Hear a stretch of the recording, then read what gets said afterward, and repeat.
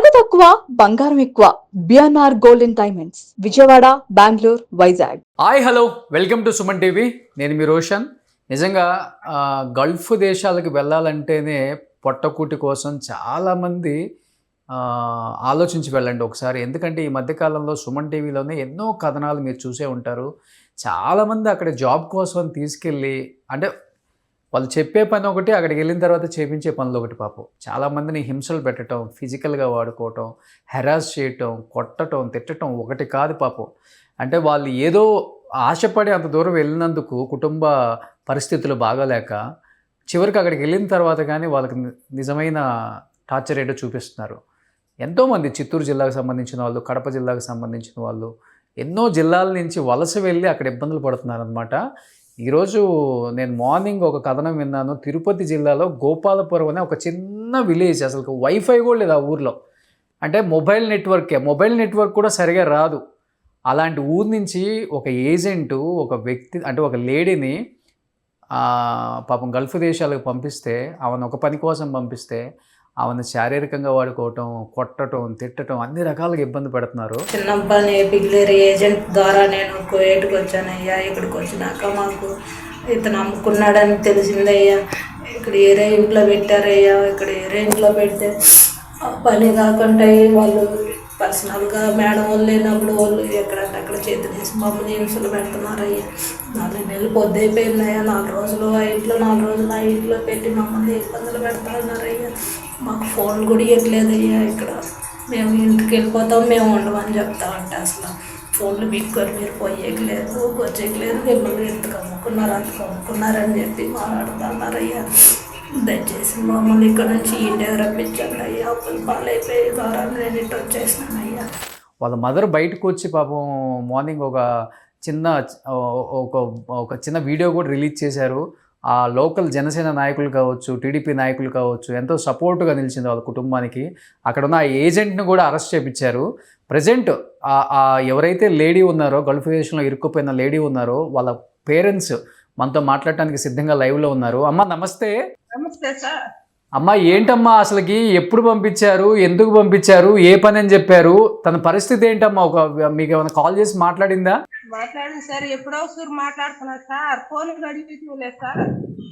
Phone గడి పెట్టినేస్తున్నారు. అమ్మాయి మాట్లాడలేదు సార్. ఎప్పుడో సూరి ఎవరిని పక్కన వాళ్ళని అడిగి తీసుకొని మాట్లాడుతున్నారు సార్. మరి ఇప్పుడు కూడా ఫోన్ మరి నడుపుతున్నాను సార్. ఫోన్ మాట్లాడచ్చు అంటే ఫోన్ అయ్యింది సార్. పాప చేతికి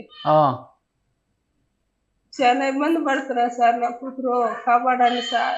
అంటే ఏం చెప్పిందమ్మా అమ్మ? అక్కడ ఏం పని చేపిస్తున్నారని చెప్పారు మీకు? ఆ పాప 10 లక్షలు దాకా ఖర్చు అయిపోయింది సార్. ఇక్కడ కట్టుకునేదానికి పక్కన ఎవరో చెప్తున్నారు, మరి బయటకు పోయేసి వచ్చి మేము బాగుపడినామని చెప్పినారు అనేసి ఈ అమ్మాయి కూడా మాట్లాడి పిల్లేరు షేడ్ని మాట్లాడించి ఆయన తరఫున పోయింది. ఇల్లు పని అని చెప్పినాడంట. ఆడికి పోయిన తర్వాత ఇల్లు పని కాదు, మేము చెప్పిన పని నువ్వు చెయ్యాలా, మేము ఆడికి బొమ్మంటే ఆడికి పోవాలా అనేసి అమ్మాయిని ఎక్కువ టార్చర్ పెట్టి, ఇబ్బంది పెట్టి, కొట్టడం, కూడి పెట్టుకుంటా, నీళ్ళు గడి ఇవ్వటం లేదు సార్. ఇప్పుడైతే మంచి నీళ్ళు గడి ఇవ్వటం లేదు అంటే. అంటే ఇప్పుడు అక్కడ ఏ పనికి అని చెప్పి ఏం పని చేపిస్తున్నారని చెప్పింది మీ అమ్మాయి మీతో? ఇల్లు పని, పాస్ పనికి పంపిస్తున్నామని చెప్పినాడు సార్. ఆడికి పోయిన తర్వాత అక్కడ ఒక షెడ్ ఉండుకొని పాస్ పనికి కాదు, మీ షెడ్ మాకు అమ్మేసినాడు, ఇది పాస్ పనికి కాదు, మేము చెప్పిన కాడికి పోవాలా అనేసి లాడ్జికి అమ్మినాడు అని చెప్పినాడు సార్. లాడ్జిలకు పంపిస్తున్నారంట? పంపిస్తున్నారన్న రూములకి పోవాలి అనేసి ఫస్ట్ రోజు చెప్పి పంపించినారంట. మేము పోను, నేను అలాంటి పని నేను చేయలేదు, నేను వచ్చింది మా షెడ్ పంపించింది ఇళ్ళ పనికి, పాస్ పనికి పంపించినాడు అని గట్టిగా మాట్లాడేసరికి లోపల రూమ్ లో వేసి బేక్ వేసేసి ఆ నుంచి కొట్టేది, తిట్టేది, నేను చెప్పిన పని చేయలేదు అనేసి అన్నం పెట్టుకుంటా, నీళ్ళు పెట్టుకుంటా, కనీసం పాలు రొట్టుగా ఇవ్వకుంటా. మీకు ఎవరైతే ఏజెంట్ చెప్పారో ఆ ఏజెంట్ అంటే అక్కడ సేట్లకు అమ్మేశాడంట మీ అమ్మాయిని? అమ్మేసాడంట సార్. అమ్మేసి డబ్బు తీసుకునేసాడంట. ఎంతకు అమ్మేశారంటమ్మా? అయినా రాత్రి 2.5 లక్షలు తీసుకున్నాను వాళ్ళ నుంచి నమ్మాడు. అది మంత్కి వస్తే 5 లక్షలు అంట. ఆ అమౌంట్ కట్టేస్తారని ఈ రోజు కట్టినాను అనేసి అని చెప్పినారు. అంటే ఇప్పుడు ఏదైతే మీ అమ్మాయిని మాకు అమ్మేశారని చెప్తున్నారో ఆ డబ్బులు వెనక్కి తీసుకొని మీ అమ్మాయిని తీసుకెళ్ళమని చెప్తున్నారా లేకపోతే పంపమని చెప్తున్నారా అసలుకి? పంపమనే చెప్తున్నారు సార్. ఆ, మేము డబ్బు అన్న రాత్రి పట్టుకుని వచ్చినారు, మాట్లాడిచ్చినారు. అమౌంట్ అయితే కడతాను అని అన్నాడు. ఆ, అది కట్టినాడా లేదా తెలియదు. ఆ. అమౌంట్ కట్టినాక మళ్ళీ రిటర్న్ టెక్ పెడతాను అనేసి అన్నారు. అమ్మ పెళ్ళయిందమ్మా మీ అమ్మాయికి? ఆ పెళ్ళి ఒక పాప ఒక బాబు సార్. ఇప్పుడు మీ పక్కన కూర్చుంది ఇప్పటి వరకు ఆమె మీ పాప వాళ్ళ పాపమ్మా? సార్ ఇప్పుడు కోవిడ్ పోయిండాక కాడికి పెద్దాను సార్. నాకు 2 కూతురు సార్. ఆ. చిన్న పాప ఇప్పుడు కోవిడ్ పోయిందా సార్. ఇప్పుడు ఆమె పిల్లలు ఏం చేస్తున్నారు? మీ దగ్గరే ఉంటున్నారా? ఉన్నారు సార్. నేనే సాగుకుంటున్నాను సార్. మీరే పనికి పోయి మీరే సాదుతున్నారు ఇప్పుడు? అవును సార్. మీ కూతురు వాళ్ళ బిడ్డ అమ్మాయమ్మా? మా కోవిడ్ పోయిండా పలికాను సార్. ఇప్పుడు ఆ కువైట్లో ఇరుక్కొని పోయిన ఆమె కొడుకు కూతురు అంతేనా? వీళ్ళిద్దరే సార్. చిన్న పిల్లలు కదమ్మా, అంటే వీళ్ళని వదిలిపెట్టి మీరు ఆమె ఏదో డబ్బు సంపాదించుకొని వస్తుంది పాచి పని చేసి అని చెప్పి మీరు కూడా ఆశపడి పంపించారు, ఇక్కడ ఏం ఉద్యోగాలు లేక. ఏం చేయాలి సార్, కష్టాలు చేసి అన్నమాట పోతే ఏదో పాస్ పని చేసుకుంటూ 10 రూపాయలు వస్తుంది, అప్పులు కట్టుకుంటాం కదా అనేసి నమ్మిపోయింది సార్. ఇప్పుడు నాకు ఇంటి పెడతారని అంత తెలియక ఇప్పుడు బాధపడతాను. కాదమ్మా, ఇప్పుడు లోకల్ ఏజెంట్ మీకు తెలిసిన వ్యక్తేనా? అతను అరెస్ట్ చేశారని విన్నాను నేను కూడా. సార్ ఆయన అది పిల్లేరంట, చిన్న అబ్బాయి ఆయన కూడా పాస్ పనికే ఇంటి పనికే పంపిస్తున్నాను అనేసి అన్నాడు.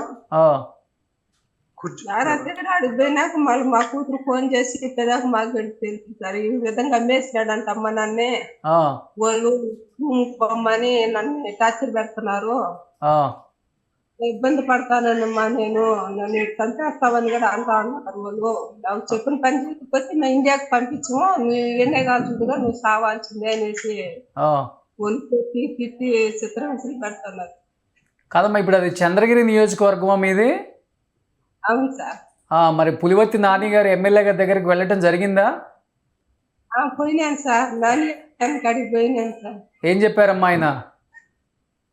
ఆయన స్టేషన్ లో పోయి కేసు పెట్టి నాకు ఒక కాల్ చేయండి నేను మాట్లాడతాను అన్నాడు. ఆయనకి 2 సార్లు స్టేషన్ పోతే మీరు పిల్లేరుకి పోయి పెట్టండి అన్నారు. మేము పిల్లేరుకి ఎందుకు పోతాము, మాకు చంద్రగిరి మండలం కదా, మాకు న్యాయం ఇక్కడనే జరగాలి, వాళ్ళ ఊరికి పోయి మేము ఎందుకు పెడతాము అని అంటే లేదు మీరు ఆడికే పోయి పెట్టండి అన్నారు. ఇటు కాదు అనేసి ఇక్కడ నాని అన్నదే మీటింగ్ అన్నారు చిత్తానూరు కాడ. మళ్ళీ ఆడికి పోయేసి ఆయన కాళ్ళు పట్టుకున్నాను సార్, మా కూతురికి న్యాయం చేయట్లేదు. ఏం చెప్పారు పులివర్తి నాని గారు? మీ కూతురు క్షేమంగా తెప్పిస్తానమ్మా, నీకేం భయం వద్దు, నేను పోలీసులతో నేను మాట్లాడతాను, నువ్వు ఒకసారి ఆడికి పోయి రిపోర్ట్ ఇయ్యేసి అన్నాడు. ఆడికి పోయి రిపోర్ట్ ఇచ్చినాక మళ్ళీ ఆ నుంచి తిరుపతికి ఆఫీసుకి పంపించినారు. ఆడికి పోయి మళ్ళీ పెద్ద సార్ని కలిసి మళ్ళీ ఆయనతో మాట్లాడి ఏజెంట్ గెలిపించినారు. కాదమ్మా, మీ ఊరు నుంచి ఎంతమంది వెళ్ళారు ఇప్పుడు అక్కడికి? లేదు సార్, మా పాప ఒకటే సార్. ఇంతకుముందు ఒక పాప పోయేసి వచ్చి 6 ఏళ్ళు దాకుండి వచ్చింది. ఆ పాప మాట వినేసి ఇప్పుడు ఈమె పోయింది సార్. ఆమె వెళ్ళి ఒక 6 సంవత్సరాలు ఉండి జాబ్ చేసుకొని కొంచెం సంపాదించుకొని వచ్చింది. ఆమెను చూసి నేను కూడా వెళ్ళి సంపాదించుకుందామని మీ అమ్మాయి కూడా వెళ్ళింది, అంతేనా? ఈమె పోయి ఉన్నది. కానీ వెళ్ళిన తర్వాత మాత్రం తెలిసింది అమ్మేశాడు, వ్యభిచారం చేయమంటున్నారని. ఇప్పుడు ఏం చదువుకున్నారమ్మా ఏమన్నా? 10 వరకు చదువుకున్నారు సార్ పాప. వెళ్ళడానికి ఎంత తీసుకున్నాడు ఏజెంట్ పంపించడానికి అక్కడికి? మా కాడే తీసుకుని ఈమె ఖర్చు పెట్టుకొని ఈమె సొంతంగా డబ్బు పెట్టి ఆడికి పోయిన తర్వాత ఏజెంట్లు డబ్బు తీసుకుంటారు చేతికిరు అనేసి అన్నారని ఈమె సొంత డబ్బే పెట్టి అప్పు చేసి 1 లక్ష రూపాయలు దాకా అప్పు చేసి టెస్ట్లు అవంతా చేసుకుని ఆయన టెస్ట్ మాత్రం పెట్టినాడు సార్. కాదమ్మా, ఇప్పుడు మీ అల్లుడు ఎక్కడ ఉంటున్నారు? మరి మీ అల్లుడు ఎక్కడ ఉన్నారు? లేదు సార్, సంవత్సరం అయితే వెళ్ళిపోయినాడు, వదిలేసి వెళ్ళిపోయాడు అతను. పిల్లలు ఏం చదువుకుంటున్నారు ఇప్పుడు? నాన్న ఏం చదువుకుంటున్నావు నాన్న నువ్వు? Sir 8th sir. 8th చదువుతున్నావా? పాప నువ్వేం చదువుతున్నావు అమ్మా? 6th sir. 6th చదువుతున్నావు. అమ్మ మాట్లాడిందమ్మా మీతో? డైలీ ఫోన్లో మాట్లాడుతుందా అమ్మ మీతో? ఎప్పటి వరకు మాట్లాడింది హ్యాపీగా, ఇబ్బంది లేకుండా ఉంది అని?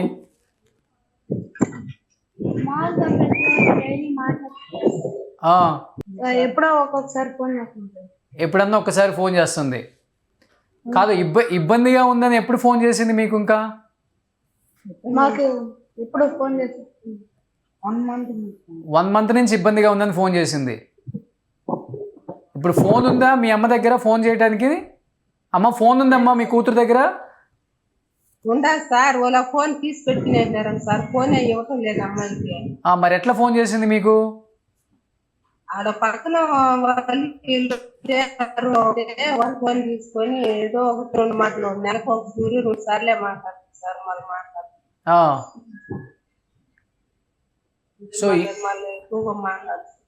సో ఇప్పుడు ఫోన్ చేసి గట్టిగా ఉన్న నిజమంతా చెప్పేసింది. వీళ్ళు పని చేయించట్లేదు, ఇక్కడ నన్ను లాడ్జీలకు తిప్పుతున్నారని పాపం ఇంకా బయటపడి చెప్పేసుకుంది. ఇంక ఇబ్బంది పడతా. ఇంకెంతమంది ఉన్నారంటే మన తెలుగు వాళ్ళు అట్లా ఆమెతో పాటు ఎవరైనా ఇబ్బంది పడుతూ ఉన్న వాళ్ళు ఎవరైనా ఉన్నారంట మన తెలుగు వాళ్ళు? ఏమో తెలియదు సార్. పాప అయితే మాట్లాడింది, అంతే ఎంతమంది ఉన్నారో తెలియదు. ఓకే. సో ఆ ఊర్లో చెప్పాలంటే చాలా చిన్న గ్రామం అది, గోపాలపురం. ఆ ఊర్లో వైఫై ఒక్క ఇంటికి కూడా కనెక్షన్ లేదంట. ఇప్పుడు ఎవరైతే ఒక అబ్బాయి మొబైల్ తీసుకొచ్చి అక్కడ వాళ్ళ దగ్గర జూమ్ కాల్లో మనకు కనెక్ట్ చేశారో ఆ అబ్బాయిని నేను అడిగాను, కానీ బాబు ఊర్లో ఎక్కడ వైఫై కనెక్షన్ కూడా లేదు కదా? లేదు సార్, ప్రజెంట్ అయితే ఎక్కడ లేవు. అంటే మాకు దగ్గరలో ఒక ఊరు ఉంది సార్, శానంబట్ల అని, కొత్త శానంబట్ల. అక్కడ ఉన్నాయి సార్. ఓకే. ఊర్లో అయితే ఎక్కడ లేదు, సిగ్నల్స్ కూడా ఉండవు పెద్దగా? లేదు సార్, మనకు టవర్ దగ్గరలో లేదు సార్. ఎక్కడ ప్రాబ్లం. చంద్రగిరి నియోజకవర్గం. అవును సార్. సో ఇలాంటి గ్రామాలలో పాపం ఎంతోమంది యువతులు కుటుంబ ఖర్చుల కోసం అప్పులైనవి అని చెప్పేసి వాళ్ళకి వలస వెళ్ళిపోతున్నారు చాలామంది గల్ఫ్ దేశాలకి. కానీ వెళ్ళేటప్పుడు ఒకసారి ఆలోచించండి అమ్మా, ఏ పని కోసం తీసుకెళ్తున్నారు, త్రూ ఏజెంట్ ఎవరు, మనకు తెలిసిన వాళ్ళు ఎవరైనా ఉన్నారా, అవన్నీ చూసుకొని వెళ్ళండి. ఏదో డబ్బులు వచ్చేస్తాయి కదా అని చెప్పేసి మీరు వెళ్ళిపోయిన తర్వాత ఇలాంటి ఇబ్బందులు పడుతూ ఎవరి దగ్గర నుంచో ఫోన్ తీసుకొని ఫోన్లు చేసి వీడియో కాల్స్ చేసి లేకపోతే చిన్న వీడియో బయట ఒకటి మీరు పంపించి మా ఇబ్బందులు ఇది అని చెప్పేసి మీరు చెప్పుకుంటున్నారు చాలామంది. చాలా బాధ అనిపిస్తుంది. నారా లోకేష్ గారు కూడా బిఫోర్ చేసిన కొన్ని వీడియోలకు కూడా స్పందించి ఇమీడియట్గా అక్కడున్న పర్సన్స్తో మాట్లాడి మన దేశానికి రప్పించడం కూడా జరిగింది వాళ్ళని. మరి ముఖ్యంగా ఆంధ్రప్రదేశ్ గవర్నమెంట్ని, నారా లోకేష్ గారిని మరీ రిక్వెస్ట్ చేస్తున్నాను, ఒక యువతని ఒక ఏజెంటు ఇంట్లో పని కోసం అని అక్కడికి తీసుకెళ్ళి ఆమె చేత వ్యభిచారం చేపిస్తున్నారు. ఆమె తట్టుకోలేక ఇబ్బంది పడుతూ ఎవరిదో ఫోన్ తీసుకొని వాళ్ళ పేరెంట్స్కి సమాచారం ఇచ్చింది. ఆమెకు పెళ్ళి అయ్యింది, హస్బెండ్ వదిలిపెట్టి వెళ్ళిపోయాడు, పిల్లల్ని సాదుకోవడం కోసం ఇబ్బంది అవుతుంది, ఒక 3-4 సంవత్సరాలు చేసి వద్దాం గల్ఫ్ దేశంలో, ఏదో కొంచెం డబ్బులు వస్తాయి కదని ఆశపడి వెళ్ళింది. పాపం చిన్న పిల్లలు, 8th క్లాస్ చదువుతున్నాడు బాబు, 6th క్లాస్ చదువుతుంది పాప. ఆమె ఎంత మనోవేదనకు గురవుతుందో అక్కడ. కనీసం ఇప్పటికైనా కానీ అక్కడ లోకల్ ఎమ్మెల్యే కానీ కొంచెం ఒకసారి ఇన్ఫర్మేషన్ తీసుకొని త్వరగా ఆమెని తిరుపతి తీసుకొచ్చే ప్రయత్నం అయితే చేయాలని మనస్ఫూర్తిగా కోరుకుంటున్నాను. అమ్మ ధైర్యంగా ఉండండి. ఆంధ్రప్రదేశ్ ప్రభుత్వంలో మ్యాక్సిమం ఇలాంటి సందర్భాలలో వాళ్ళు ఎట్లాంటి పరిస్థితుల్లో అయినా కానీ తీసుకొచ్చే ప్రయత్నం అయితే ఎక్కువ చేస్తున్నారు. లోకేష్ గారికి కూడా ఇన్ఫర్మేషన్ మేము పంపిస్తాము. డెఫినెట్గా మీ అమ్మాయి సేఫ్గా ఇంటికి వస్తుందమ్మా. జాగ్రత్తగా ఉండండి. ఎవరైనా వెళ్ళే వాళ్ళు ఉన్నా కానీ వెళ్ళొద్దనే చెప్పండి. జాగ్రత్తగా ఉండండి అమ్మా. సుమన్ టీవీలో మీ పర్సనల్ అండ్ బిజినెస్ ప్రమోషన్స్ కోసం కింది నెంబర్కి కాంటాక్ట్ చేయండి.